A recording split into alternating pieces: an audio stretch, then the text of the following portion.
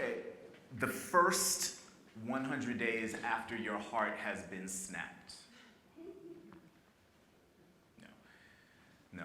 The first 100 days after you spend 3 straight days crying after your heart's been snapped. You're out of tears, but you feel their echo in your body. You're vulnerable and out of touch with order and just hella angry. This president gives me a just got my heart snapped feeling. Yeah, apparently he's doing the same thing to like all of y'all, like everybody around me, which makes the whole world feel kind of zombie-ish.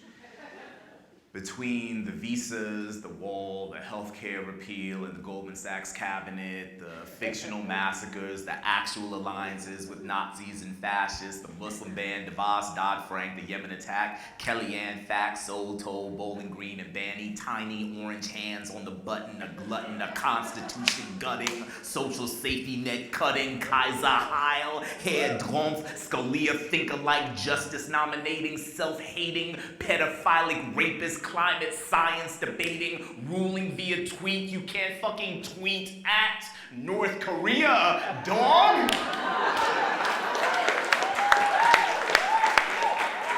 Has it been 100 days yet? Woo, this is emotionally unsustainable. And because all the therapists that I trust are traumatized too,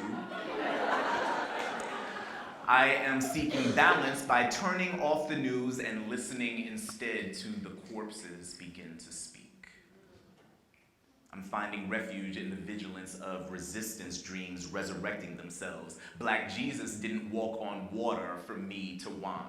Hell, Black Jesus come down the steps to meet his betrayer at the door, as would the restless dead. I can't plug in too much to the interweb. I'm tuned in to the ghosts in my head instead. And maybe that makes me crazy. But this thing we got here is like supposed to be normal. This punishment society based on a logic of exclusion. A crisis of knowledge run by a narcissist prone to delusion.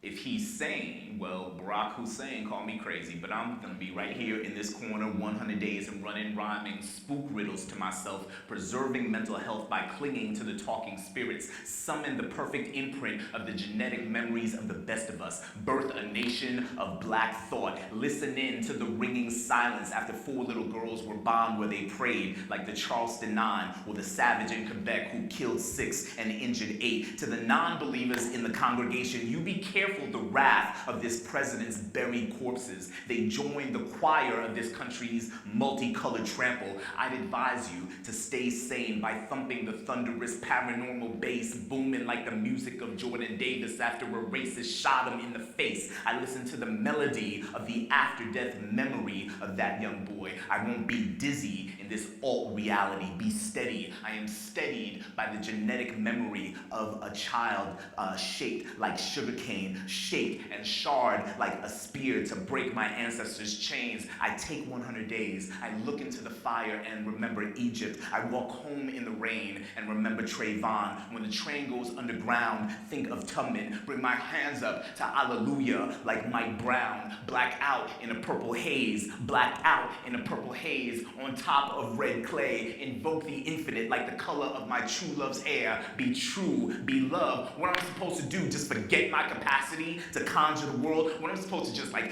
give up the ghost? This dude is a cyst, but the disease is buried blue vein, red blood, white supremacist skin deep, buried oil dollars over rainforest green, buried like the voices in a New Orleans mortuary. Sometimes it takes a little longer than expected, but I'm putting myself on a fast. 100 days of ghost listening. They've healed me before when my heart was snapped, and they gave me the strength I needed to sanely, humanely clap the fuck back.